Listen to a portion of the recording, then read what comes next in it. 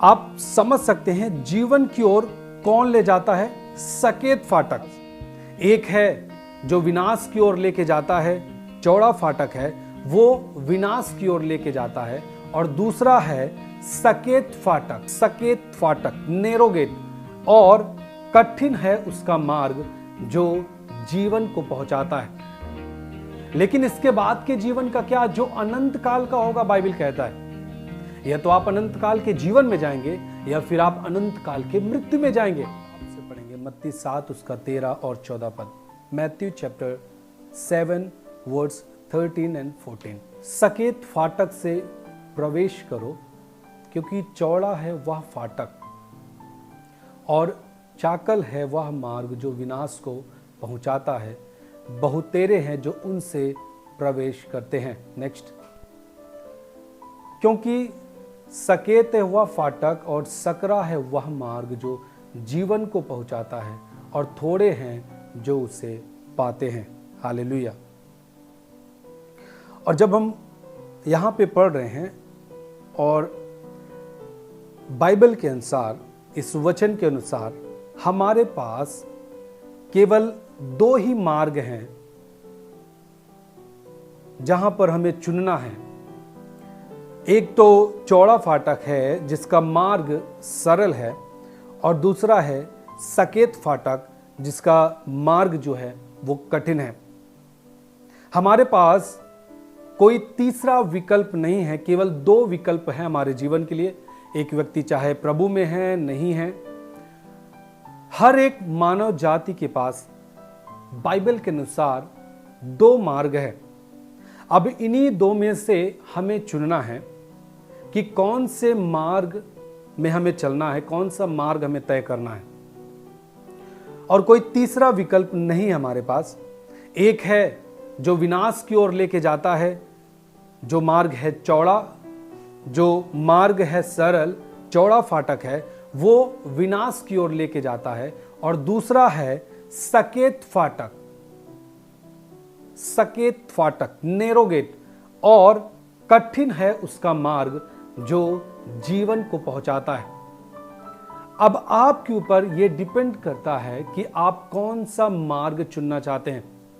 एक तो है देखने में बहुत चौड़ा है और उस पर चलने पर बहुत ही सरल तरीके से हम उस पर चल सकते हैं। We can walk over there, हम वहां पे चल सकते हैं। लेकिन वो जो मार्ग है वो हमें विनाश की ओर लेके जाता है।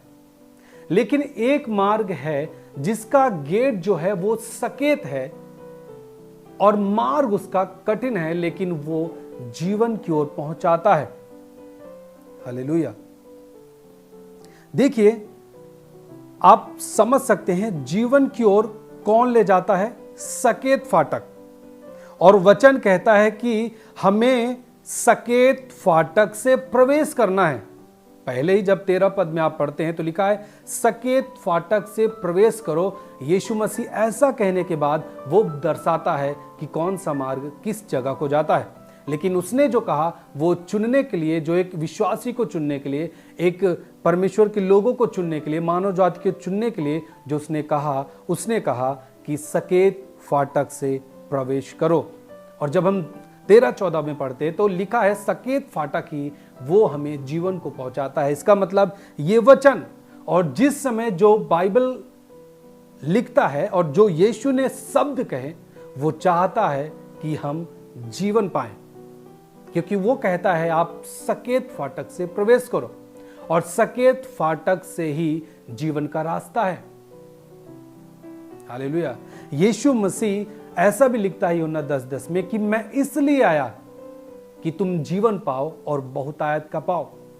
मैं आपको बताना चाहता हूं, यीशु मसीह का मेन उद्देश्य है मानव जाति का उद्धार, उनका जीवन, बहुतायत का जीवन पाए, छुटकारे में चले, चंगाई में चले, हर तरह की आशीषें जो परमेश्वर ने उत्पत्ति से हमारे लिए रखी है वो हम प्राप्त करें। लेकिन पाने का तरीका हमें जानना है और सही मार्ग चुनना होगा, तभी हम उस जीवन की ओर जा सकते हैं। हमारे पास 2 विकल्प है, या तो हम चौड़े फाटक से प्रवेश करें या फिर सकेत से।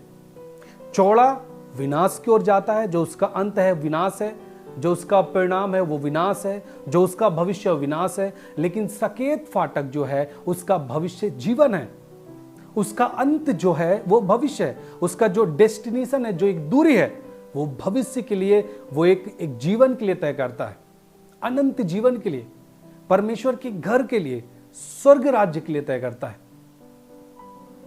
हालेलुया। मैं आपको एक बात बताना चाहता हूं। अब आप जिस मार्ग पर चलना चाहते हैं और उसका भविष्य और परिणाम क्या है, उसे देख के हमें चुनना पड़ेगा, क्योंकि आपका जीवन बहुमूल्य है।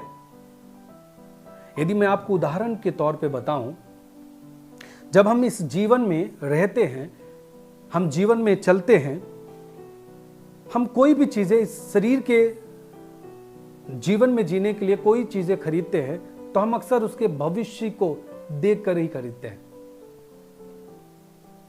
यदि हम कोई कार ले रहे, कोई बाइक ले रहे, हम उसमें सर्च करते कौन सी कार, कौन सी बाइक सही होगा, कौन सी कंपनी की कार बाइक ठीक होगी, कौन सी कंपनी अच्छी सर्विस देती है, वो एक ड्यूरेबल हो, एक लंबे समय तक चल पाए, माइलेज अच्छा हो, कंपनी अच्छी सर्विस प्रोवाइड कर पाए, और वो जो कार हो वो उसमें कंफर्टेबल हो बैठने में, और वो लंबे समय तक चले। हम ये सारी चीजें देख करके कोई ना कोई चीजें जो हम खरीदना चाहते हैं खरीदते हैं। हम घर बनाना चाहते हैं, कौन सी ईंट सही रहेगा जो लंबे समय तक चले, कौन सी सीमेंट ठीक होगी जो लंबे समय तक चले। हर चीज जो आप खरीदते हैं अपने इस जीवन के लिए, उसके भविष्य को आप देख करके आप काम करते हैं, खरीदते हैं, उसके भविष्य को देख करके कि अंत क्या होगा, कितने समय तक चलेगा। एक किसान को ले लीजिए, जब वो बीज को बोता है अपने खेतों में, बीज बोने के बाद वो छोड़ नहीं देता, वो उसके भविष्य को देखता है कि किस तरीके से मैं इसमें अधिक से अधिक फल ला सकता हूं, कितना अधिक से अधिक इसमें फल लदे। तो वो क्या करता है, उसी हिसाब से वो उसमें दवाइयां डालता है, खाद को डालता है, उसको उसी हिसाब से उसकी सिंचाई करता है, उसकी देखभाल करता है। क्यों? उसके भविष्य को देख करके कि जो कटनी का समय आएगा वो ज्यादा से ज्यादा फल आए, एक भविष्य को देख करके कि भविष्य अच्छा हो, फल अच्छा मिले, उस हिसाब से वो मेहनत करता है, वो काम करता है। हम इस जीवन में तो इन सारी चीजों के लिए, अपने इस जीवन के लिए जो भी खरीदते हैं, जहां भी पैसे इन्वेस्ट करते हैं, हम भविष्य देख के करते हैं। लेकिन अनंत जीवन जो हमारा इस धरती से जाने के बाद जो जीवन है, उसके लिए क्या, उसके लिए आप क्या करते हैं? क्या उसके लिए भी आप भविष्य सोचते हैं कि हमारा भविष्य क्या होगा? क्या इसके बाद का जो जीवन है वो मेरा जीवन अनंत काल में जाएगा, अनंत काल का जीवन परमेश्वर के पास जाएगा, या फिर एक नर्क की ओर जाएगा? आप इस चीज को सोच के कभी भी अपने जीवन को नहीं लेके जाते। केवल हम शारीरिक जीवन के लिए भविष्य को देखते हैं। हां, कुछ लोग ऐसे भी करते हैं कि ये जो शरीर है, अच्छा एक्सरसाइज करते हैं, डाइट पे चलते हैं, नशे की चीज नहीं लेते, अपने शरीर को लंबे समय तक रखने के लिए, जीवित रखने के लिए वो देखभाल करते हैं। और कुछ तो हैं, सब कुछ खाएंगे, नशा भी करेंगे, वो ध्यान नहीं देते इस जीवन में भी।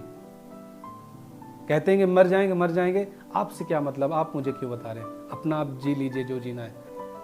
हम इस शरीर को भी स्वस्थ रखने के लिए, लंबे समय तक जीवित रखने के लिए हम एक्सरसाइज करते हैं, डाइट लेते हैं, उसका भविष्य देख करके हम उसी रास्ते को चुनते हैं। लेकिन इसके बाद का जीवन क्या, जो ये शरीर यहां छूटेगा, और जो हमारी आत्मा का जो जीवन है उसके लिए क्या उसके बारे में आप कभी सोचते हैं? यदि नहीं सोचते तो आप मनुष्य में अभागे मनुष्य हैं। क्योंकि ये जीवन जो है ये केवल एक समय निर्धारित है, इसका एक समय है, इसका एक टाइम है, वो समय खत्म होगा और ये शरीर नष्ट होगी। कोई भी व्यक्ति जो इस धरती पे पैदा हुआ है हमेशा के लिए कोई नहीं है, लेकिन इसके बाद के जीवन का क्या, जो अनंत काल का होगा, बाइबल कहता है या तो आप अनंत काल के जीवन में जाएंगे या फिर आप अनंत काल के मृत्यु में जाएंगे। हालेलुया। इसका मतलब हमें भी, जैसे हम शरीर में भी अच्छी चीजों को लागू करते हैं ताकि हम लंबे समय तक जी पाएं, वैसे ही आत्मिक जीवन के लिए, अपने परमेश्वर के पास जाने के लिए, अपने परमेश्वर के पास एक मौका मिले, हम उसके पास जाएं, हमें इस जीवन से ही उसके लिए काम करना पड़ेगा, एक रास्ता चुनना पड़ेगा। और वो सकेत फाटक से हमें प्रवेश करना होगा, और वो मार्ग कठिन है परंतु वो जीवन की ओर लेके जाता है।